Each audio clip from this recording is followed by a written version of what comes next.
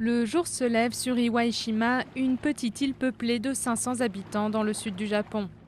Comme tous les jours depuis 47 ans, Masaki Okamoto part en mer pour pêcher. Il n'a rien changé à la tradition familiale de la pêche à la palangre, transmise de père en fils depuis 3 générations.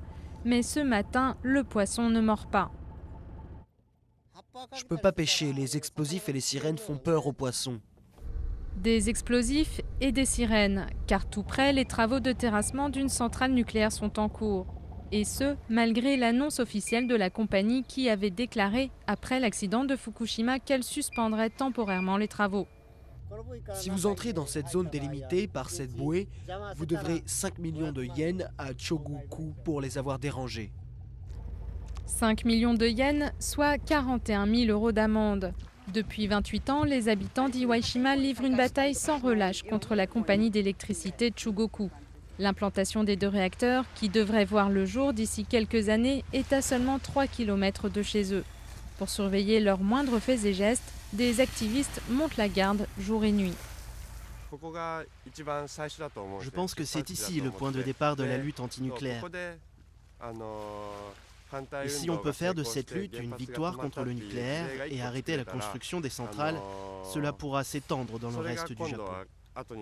Et petit à petit, il y aura de moins en moins de centrales. Des grèves de la faim aux manifestations en passant par des sit-ins, les militants se font toujours plus nombreux pour défendre leur île et leur mer. En février dernier, plusieurs centaines d'ouvriers sont venus de nuit. Pêcheurs, agriculteurs et habitants des îles voisines ont immédiatement riposté.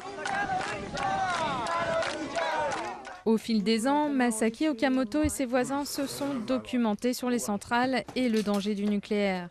Tous affichent une détermination sans faille, même devant les 9 millions d'euros qu'on leur a proposés et qu'ils ont refusés en bloc. Le village s'est ainsi forgé une solide réputation dans tout le pays. Un habitant du Nord-Est a même traversé tout l'archipel pour les rencontrer. Il a fui sa ville un certain 11 mars 2011. Je suis venu ici pour apprendre plus sur les conséquences des radiations nucléaires sur l'environnement. Les habitants d'Iwashima sont connus pour leur activisme antinucléaire. Et je vais repartir à Fukushima avec les connaissances que j'ai acquises pour les enseigner là-bas. Cette bataille n'est pas une première au Japon. En 2000, des pêcheurs ont réussi à faire plier une autre compagnie d'électricité après 36 ans de lutte. À Iwashima, qu'importe le nombre des années, ils sont prêts à attendre le temps qu'il faudra pour permettre aux générations futures de vivre en harmonie avec leur environnement.